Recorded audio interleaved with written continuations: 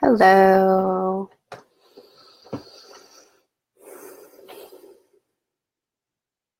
I was just doing all the little shifting my computer this way and futzing with my hair and doing the thing. And I thought how hilarious it would be to do a live, be like a blooper, sort of like I accidentally hit the live button and this is what happens before you all join me.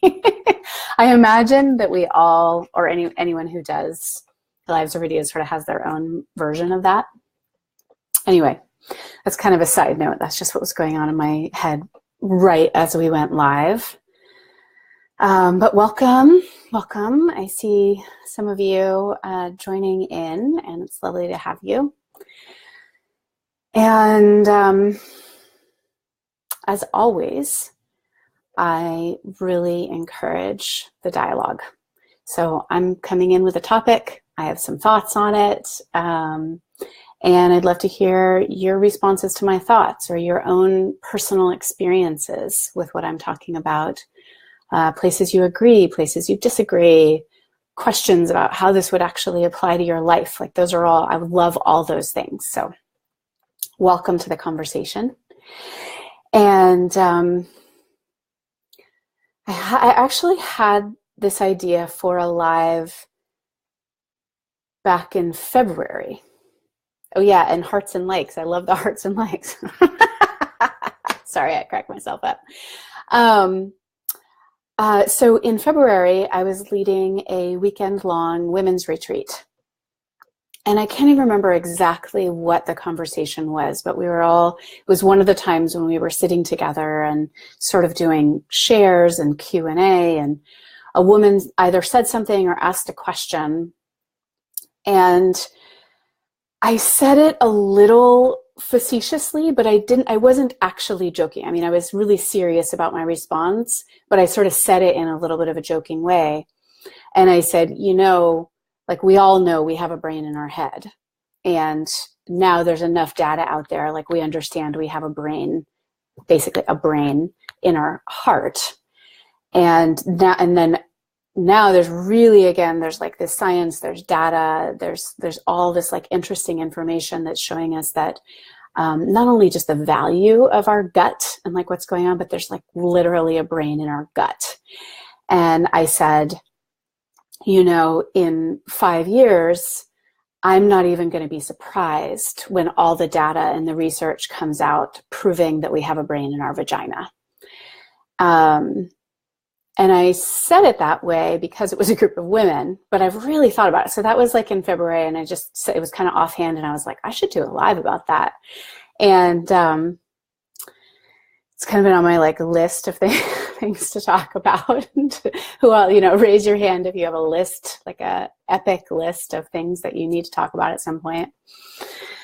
And it's kind of been sitting there, and then I was and so I'll go a little more into my own thoughts and definition around that. But part of what happened was that I was in, I don't know what else to call it except the mastermind that I'm part of. It's a really intentional group of people. And what I love about this mastermind is that there's this real intention around our success and what we're putting into the world and how we're growing. And hi, Shaniqua. And at the same time, there's the same level of intention around always continuing to learn and doing our own deep inner work and growing and processing and all these things. So they come together, and it's like rocket fuel. And one of the women in the group shared about this process that's apparently a thing I never knew about called M-braining. So M like Mary, and then braining. And it basically, she was talking about the connection between your head brain, your heart brain, and your gut brain. And then I said to her this comment that I made back in February. I said, oh yeah, I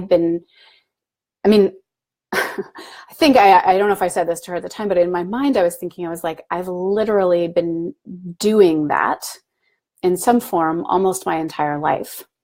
And I've been both teaching it and working with people around that for at least the past 15 years, but I didn't know there was a thing.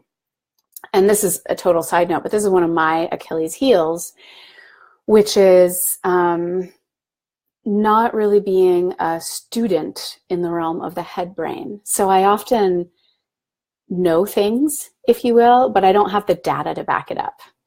And part of me is like, come on, just trust me. Like, why do you need data for that? Like, so obvious.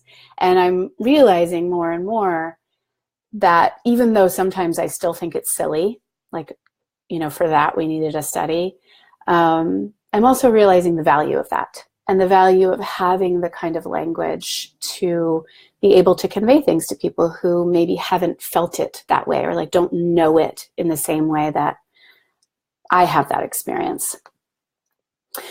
Anyway, that's a side note. But I also said to her, I said I made this offhand comment about how I'm not going to be surprised when all the data shows and there's studies to prove that we have a brain in our vagina. And she said, no, that's in the book too. Like they are actually already discovering this. And I was like, see?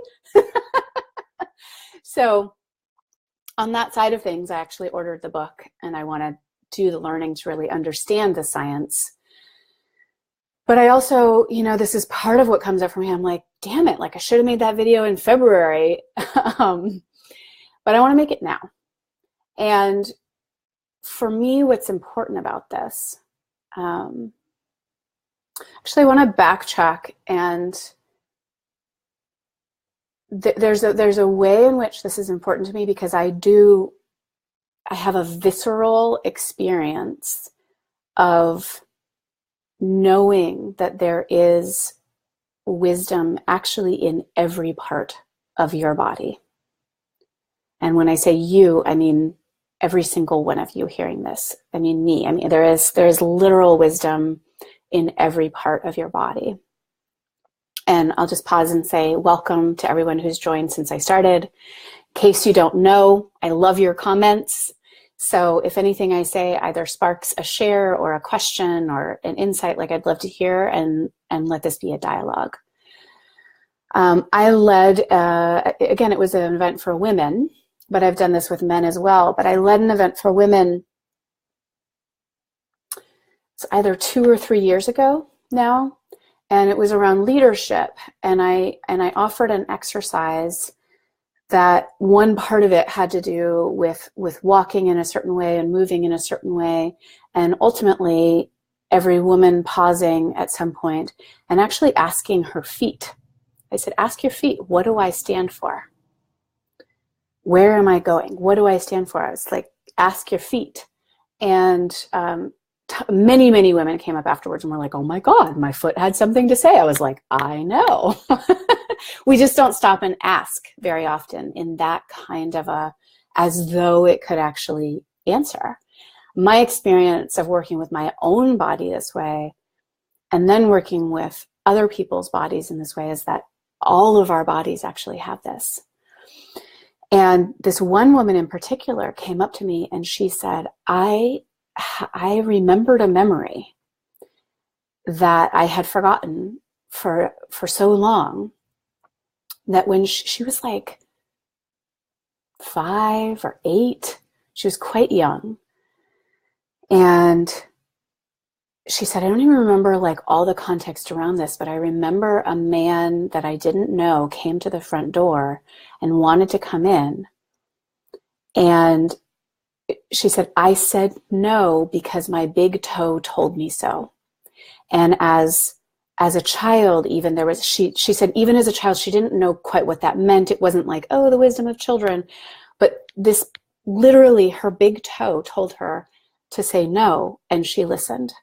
And who knows what that experience was, but what a profound experience for a child to actually hear from your body and then listen to it. And most of us here are adults. I'm actually assuming pretty much all of us in this conversation are adults, and we still have that opportunity. We haven't lost it. We may need to do a more conscious asking, like I shared that I did with those women. Ask your feet. I will often in sessions even do the same question, and we'll ask all parts of the body. We'll ask the hands, we'll ask the feet, we'll ask the butt, the gut, we'll ask the pelvis. I don't know if I've ever asked the butt. I'm not sure about, but you could, right? Ask your, your shoulders, ask your heart, ask your, like, all the parts. And often my clients are surprised that those different parts of them have things to say. And sometimes they're very aligned, and sometimes they have disparate things to say. And there's still this piece, actually, of like finding out what is the wisdom of my body. But today, so I know I've now gone, like, I wanted to give some context around this. And I also want to speak a little more specifically because there is, so again, I'll get the book. I'm going to find out actually the data around this. But I have this sense like science is showing us something that many of us feel or have an experience, or is like some visceral sense is true. And while I have this experience that every part of your body has wisdom, every part has something to say, there's something specific about what I would call these brains. So I'll say again, there's our brain that we call our brain in our heads, and it has very specific functions, which frankly, even though we understand that and there's this certain capacity, I would say it's still a mystery. Like, we don't really know why different parts of the brain are used for different things, or why, like as much as we can understand with science, there's still this kind of mysterious or magical quality that it does what it does. So, and one of the things that I think is important about talking about these brains is also remembering that the brain in our head is really valuable. So we have the brain in our head, we all know that. I mean, pretty much everyone on the planet, give or take, knows that we have a brain in our head, and knows it's really valuable, and knows it has things to say, and like yes, we're aware of this. And then it's almost like I needed to drop down, right? Like, this is the direction for now. But for a while, we've really known there's this whole heart math thing, and that this brain in our heart, it's different. And in the sense of, can measure the electromagnetic pieces of the brain, and we can measure these things. It's like there's really this piece around the heart. It has an electromagnetic field. And again, this is my weak spot, but it's something like at least 4 times as strong. I want to say 10 times, but I'm afraid I'm wrong. So, but the electromagnetic frequency of our heart is distinctly more powerful than the electromagnetic frequency of what we call the brain. And before I even go a little farther down, actually, I'm just going to do all 4, which is, and so then there's like all this data. And again, this is even a little bit more on the edges. We understand the heart a little better than we understand the gut.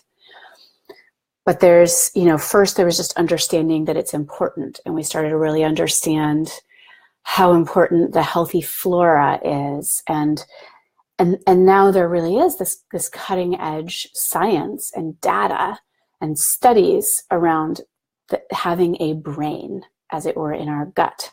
And that it's no, it's no accident that we say, like, trust your gut. What does your gut say? That is truly actually an area of wisdom. And this is actually a total side note. I want to do a whole other live about this, but to me, this whole, even our obsession with the core, as it were, and this idea around digestion, it's so much more than like have a strong core, right? This is actually the center of so much. It's really kind of in the center of our bodies, but it's this place of power. When I think about like have a strong core, and even around digestion, it's like, it's not just like I want to be able to digest my food, but can I metabolize what life has to offer? Can I actually metabolize my life? So this idea of this brain in our gut. And then to that piece, I believe that we have a brain. So the way that I said it when I made that offhand comment to at my women's retreat was a brain in our vagina. And so I'm going to make another like side note here. This is this tricky piece. I know that there's the corollary for men. I don't know what that is. And a lot of that, again, has to do with this piece where for me, so much of it is a lived experience. I'm like, I know that there's a brain there because I can feel it. So I don't have that experience in a man's body. And every person, like fucking to a person that I've said this to, man or woman, has made a joke about, well, men think with theirs, why not us? And I have to say, frankly, like I feel pissed about that. Mostly because I see that as this, again, this sort of pathologizing of men in this way, that we make this joke about how men think with their dicks. And that's not, it's not like, oh, men think with their dicks and that's amazing. It's like, ha, ha, ha, you know, their little brain. It's this joke we make about men. And I wish we wouldn't, because I actually believe, not sure if it's actually like the penis. You know, we often will talk about like dropping into your balls. I have you know, I know there's teachers who talk about like the base of the body, the perineum.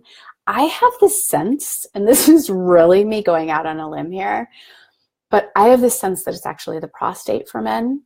And the only reason it doesn't get talked about more is basically homophobia. And I don't even mean that as like our conscious either fear or rejection of gayness or homosexuality, but the really what's underneath that. But for men as a whole to really own the depth of the seat of wisdom in the prostate would, and frankly, I actually think as humans, like the idea of like the anus or that it's all kind of like, ah. So I'm not going to go super into that because I don't have science or data to back this up, but that's actually my sense. That's my sense around the seat of like a man, or in the male wisdom that comes in the base of the body. For women, again, there's this real, there's teachings around the womb. I sort of hold, so there, you know, there's the biological language, but there's this way, it's like I want a word for what encompasses all of that. That would be the womb, it would be the ovaries, it would be the cervix, and it would be the vagina. So that's the part that I would say, like, we have a fourth brain there. So I'm going to pause, and again, questions, shares. If you have an experience in your own life, I'd love to hear about it. Or if something I'm saying doesn't make sense, I may not be able to make sense of it because this is actually me riffing. But please bring it forward. I love, you know, people are saying, I love this actually, Eduardo, you said the wisdom is abundant, what to ask is so expansive. And I don't know if this is what you were saying, but it's sort of like ask, you know, like in that realm of, oh my God, I could ask anything. What would I ask? And often, I mean, it's so interesting because when I work with people in sessions, sometimes it's the big questions. And sometimes it's just like, they'll bring a question to me and I'll be like, great, let's ask your body. And sometimes it's very mundane. I had a one-on-one client that it was working around this idea of a no-man diet. And we were setting it up, and she was like, well, how long should it be? And I thought, well, I could answer. I have ideas about how long it should be for her. I have thoughts about that. And before I gave those, and even before I asked her, what do you think? I said, let's ask your body. And we asked her pelvis, we asked her gut, we asked her heart, we asked her brain. We might have asked something I can't quite remember, but yeah, and they had, you know, some of them had slightly different answers, and there was like a theme that sort of came out around it. So it can almost be these mundane answers or these mundane questions. How long should they do this? Or what about this? Or, and you can kind of ask anything. And you can ask one part, or you could ask several parts. So then this is where I think it gets really, really exciting. Is not only because parts work itself is not a new thing. Bringing this to some people might be new, or you really using the body in this way. what gets really interesting, though, is the communication between the parts. And frankly, that's actually where I think people get more lost. So the vast majority of people can tell you what they think, right? They have access to their head brain, at least to some extent. And then there's a spectrum in terms of being able to discern, you know, what it is that they are sure is true, what it is that they think, what do they believe, you know, like there's discernment in that. But most people could access this part, this brain, as it were. And then, and I would imagine that people who are watching my live, that there's a realm that all y'all, for instance, are kind of like part of to some extent, where you might have more connection to your heart, right? It's more common to check in with your heart. And then even your gut, potentially. Those are places to check in. Some of us, I would say, kind of in the coaching or the personal growth or the therapeutic world, have sometimes even started to denigrate the head brain and said, like, oh, the heart should get more airtime. The heart's more important. The feeling body is more important than what the head brain has to say. And I push back against that a little bit. And really, I think, again, it's honoring that they're all there. And often that is the pendulum swing that we see, right? It's like, oh, I grew up thinking this was the only brain that had any value. So, you know, fuck you, head brain people. It's all about the heart. And I think something gets lost there too.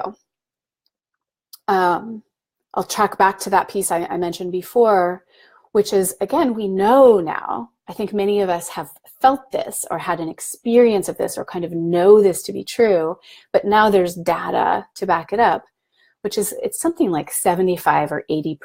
It's a really high number of communication is nonverbal. So while our words in some way might come from the body, there's a way that verbal is largely dependent on the head brain. And now that we know it, and then this idea that, or not, it's not an idea, like this fact, as it were, that's showing us how much greater the electromagnetic field of the heart is. I think that's a really big part of it.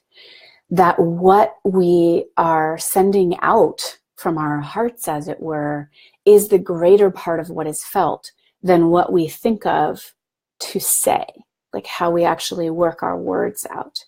And then I really do believe this gut part. I think we made actually videos of this, but one of my co-teachers, John Wineland, and I had a conversation about this, like how to communicate in a way so that it's received. And part of what I think is important about this is, right, there's places you can go. There was a whole, I mean, I'm sure this still exists, but there was like a real upsurgence of it in the like early 2000s, the pickup community for men. And it did have a bit of this dropping down from, okay, it's not just what I say, it's my body language, right? We can learn like confident body language, but what that misses is the electromagnetic field of the heart. So if you're still just like, you know, and your heart's like, and you're just like this, but you've learned like how to have confident body language, and then you've learned what to say, it actually, there's still a radiation from inside there. So these are deeper practices, actually, that we have to drop into. These are practices of the nervous system. These are practices of breath. These are practices of like deep, I would call it deep relaxation, in a sense, that affect things like our vagina brain. And I'll just, because I'm going out on a limb with this, we'll say the prostate brain, that affect the gut brain, that affect the heart brain, that allow us, you know, I mean, someone can even be tongue-tied. I had a Uber driver the other day, and I won't go into the whole story, but I was kind of pissed at him before I met him. And I was exhausted. And so I was kind of pissed at everybody. So it really wasn't his fault, but English was not his first language. So he didn't have like the right words. But actually, as soon as I met him, I wasn't mad at him at all anymore. And I attribute that to what I would call his heart brain.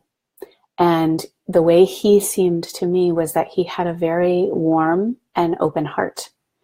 And so the fact that he hadn't been able to speak great English, and I didn't know where he was, and he couldn't find me, and I was lost at the airport, and like this whole thing, he didn't have the right words to say to me when we were finally person to person.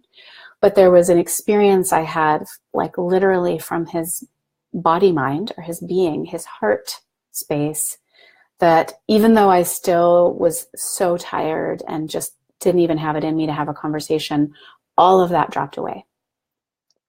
So when we think about what do I want to communicate into the world, yes, it's wonderful to work with our words.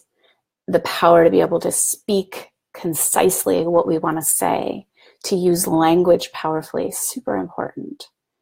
Knowing how to use our bodies, super important. But doing actually this deeper work that drops down into the nervous system, that literally drops down into the heart, into the feeling body, into our capacity to affect ourselves with our breath, being able to drop down into we'll just call it the brain in our pelvis. That, I believe, has a deeper and more lasting impact on what we bring into the world. So I'm going to pause because I saw a couple comments come through. And I just so love that all of you are here and engaged, and I'd love to hear your questions and your comments. Lindsay said, there's so much wisdom in my pussy. Absolutely. And I love the word pussy. I'm so glad you love it. Makes me smile too. And when you think about this center, yeah. And so great. I love that. And then Lindsay also said, I spent time talking and writing with what my womb wants to tell me, and then asking my pussy, and they do have a different energy and a different tone, even if they say the same thing. Yeah. And that, again, I think is teasing. It's like all the parts of our body. So I was just starting to touch on before I got into that, but this place of the communication between the parts. So less that it would be like, so Kendra is now going to ask her head brain, and then Kendra is going to ask her heart brain, and then Kendra is going to ask her gut brain. But what if the head brain talked directly to the heart brain? What if whether you're going to call it your womb brain, your vagina brain, what if your pelvis brain, we'll say pelvis brain.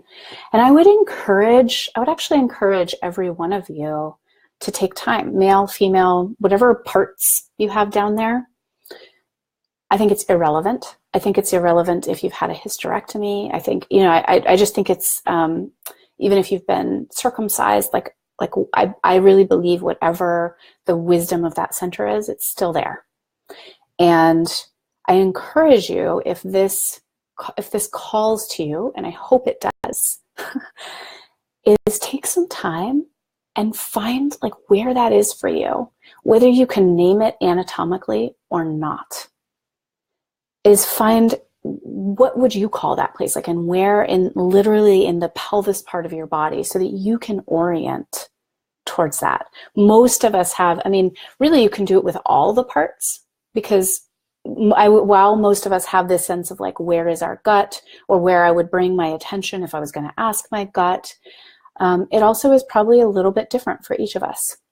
And it's worth actually taking the time, lying down, putting your hands on your belly, checking it out, breathing into that part of your body, and really finding out, okay, when I go for the deepest wisdom in this part of my body, where does it reside in my body?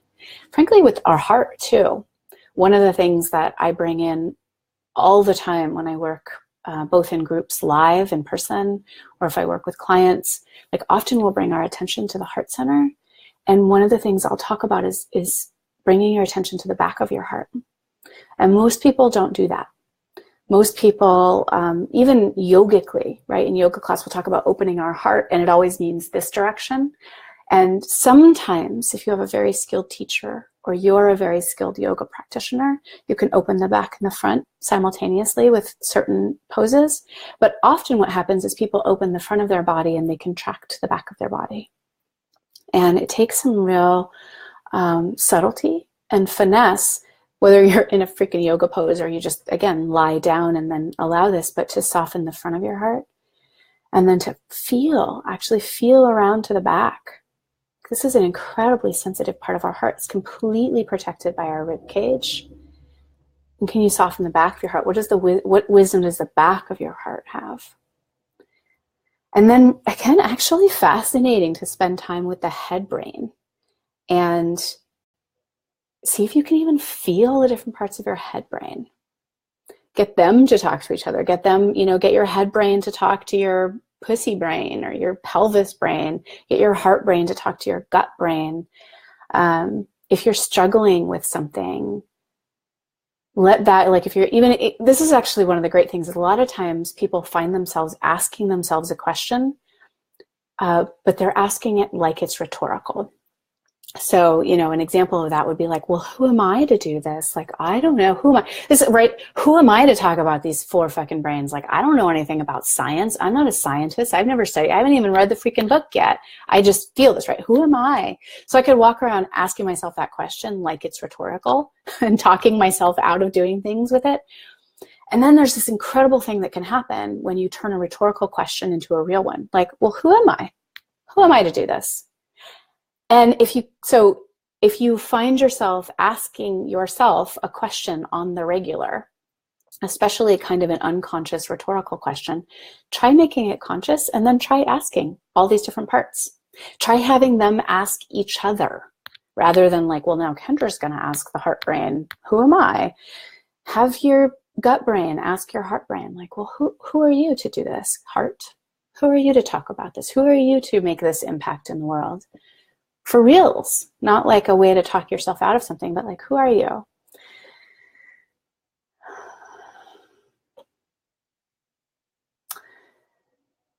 So I'm just checking in to see if there's other pieces that I want to bring before I sign off. Still a few minutes here. If any of you who've been here have either a way that you've used this in your life, how you've experienced either the different parts of the body, and then especially what I would call these 4 brains showing up in your own life, in the way you work, and sometimes surprising ways, like that woman I talked about who as a girl kind of unconsciously like asked her body. I said no because my big toe told me so. Can't you just see that as like a 5 or 8-year-old, like the way that your body would talk to you in a way that you could understand, like Dr. Seuss. And I think also there's this beautiful way of tracking, what does our body say, what happens when I listen to it, and what happens when I don't. So that's teasing apart different pieces. And it's number 1, becoming aware of actually listening to my body. Whether it's, again, like I had a client also who her hands would start buzzing when she felt the truth, like in the truth of things, her hands would start buzzing. So it's very personal. And this is why there's this piece, it's like, I can't tell you what it is, but you can go in and do this work. And sometimes it's beautiful to do it assisted. John Wineland and I do this to some extent in the work we do with the Art of Fearless Intimacy weekend intensives. I do this extensively when I lead women's retreats on sacred sovereignty. And women find there's this real resonance with how it works, but how it actually shows up in their bodies is so unique. So it's really powerful to actually take time. Don't assume you know how your body speaks to you necessarily. And then I'll often give the assignment to people of writing down or finding a way to keep track of actually what your body tells you, and to separate that from that you have to do it. So often I believe we don't listen to our bodies because we're afraid that then we'll have to do what it says. And often I think we know that there's a deep wisdom, and we're afraid to follow it yet. We're like, I'm not ready for that wisdom yet. And I really honor that. I am not, I'm not here to say that, you know, the heart brain is more important than the head brain, or the pussy brain is more important than the gut brain, or that once you start listening, you have to act on it because that's the deeper wisdom. And so even detangling those, often that step will actually allow people to start to listen, because you can relax any idea or any judgment or any, shoulding on yourself, as it were, that now you're going to have to follow that wisdom all the way and every time. And so keeping a little notebook or using your phone, however you like to use it, but keep little notes like, oh, my body told me not to go to that party, but I want to go anyway. And then just check in, like, go by all means, and then start to keep track of like what happens when I listen, and what happens when I don't. What happens when I listen part way, but what happens when I listen to this part? Start keeping track of it, because our memory is a little funny with these things. So I want to check back in and just see if there's additional questions or comments. And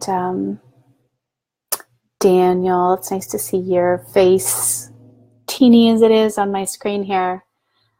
He says, I started a daily heart dialogue last year, and other people began experiencing clairescence of my body remotely. I'm not 100% sure what that is, but I have an idea. Like, they started hearing the wisdom of your body remotely, which is fucking cool. I mean, this is actually, this is the interesting thing about language. Like, so I'm not picking on you, Daniel, but he said it was crazy. That's the language we use for things like this. That's insane. That's crazy. And I think this is just remnants. This is like historical remnants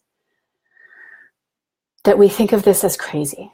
Like, we literally think of it as a little bit insane to listen to our body, or that our body has this much wisdom, or that it's this clear, or that it could be transmitted to somebody else. And it's actually not crazy. And that's where sometimes having this science data is supportive. I remember I don't know why this one always stands out to me, but I remember showing up in my Facebook feed one time that was like a new scientific study that showed that spending time in the forest made people happier. And I was like, for this, we needed a study. Like, come on, people. Yes, you spend more time around trees, you're going to feel better. So I still get a little judgmental sometimes. And there is this, it's where we'll start to not use language like it's crazy or that's insane about things like this, because we'll be like, well, that's science. So I was at an event. I lead the leadership team for these events that a coach named Rich Litvin puts on.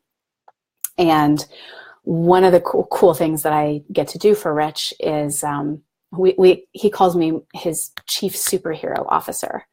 And what that means is that I get to make everybody it's actually, I don't make them superheroes, but I get to draw out inside of them their superheroes so that all the superheroes get to play together.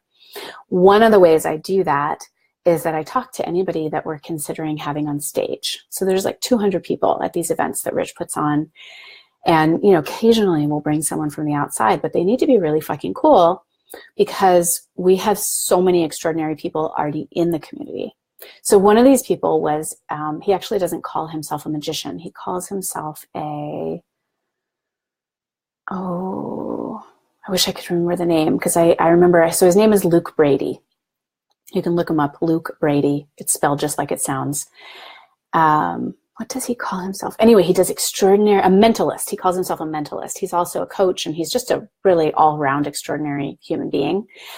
And I got to have this call with him because we were going to potentially put him on stage at Rich's event and really learn like what's behind the work that he does. And so then he did like a 30-minute performance. And I never sit like in the middle. I always want an out at these events. I put myself like front row, center, I was on the edge of my seat like this the whole time. And he did all these things where I was like, no way, you know, where he was blindfolded and there's no way, and he still guessed this, all these things. I mean, it was just fucking like incredible. And one of the first things he did was he had, can't remember if they were blindfolded or if they just had their eyes closed, but there was a piece he did where he had two people on stage and he touched one of them and the other person felt it. And I caught even myself saying like, that's crazy, no way, how did you do that? And I was like, Kendra, why are you even saying this? You know that this is true.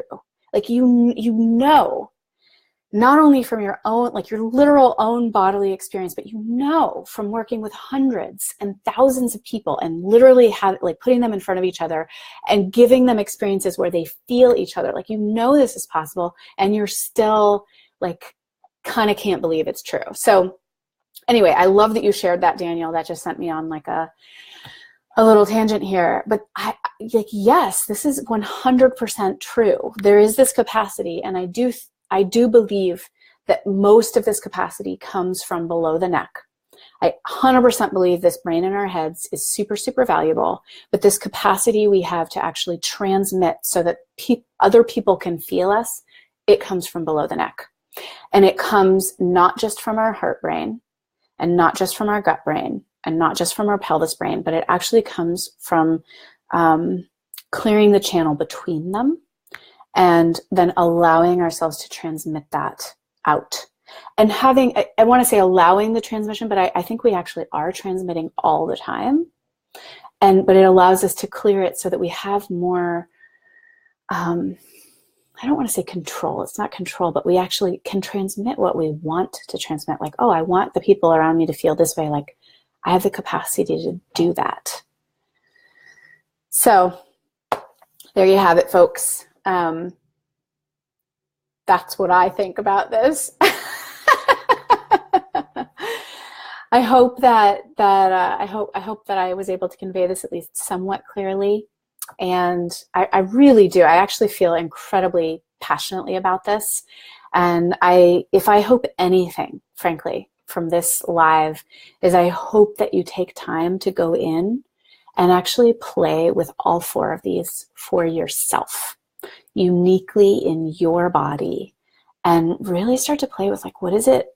How does it talk to me? What are the words? Like, what kind of a voice does this part of me use? What happens when the parts talk to each other, when these different brains talk to each other, and really start to get intimate with these parts of yourself. That is my biggest hope for any of you who either watched live or are watching the replay. And as always, if you're watching the replay, I still really encourage your comments and questions, and be happy to come back and dialogue in like written form. So yeah, wishing you all a wonderful day. Thank you so much for your time and attention.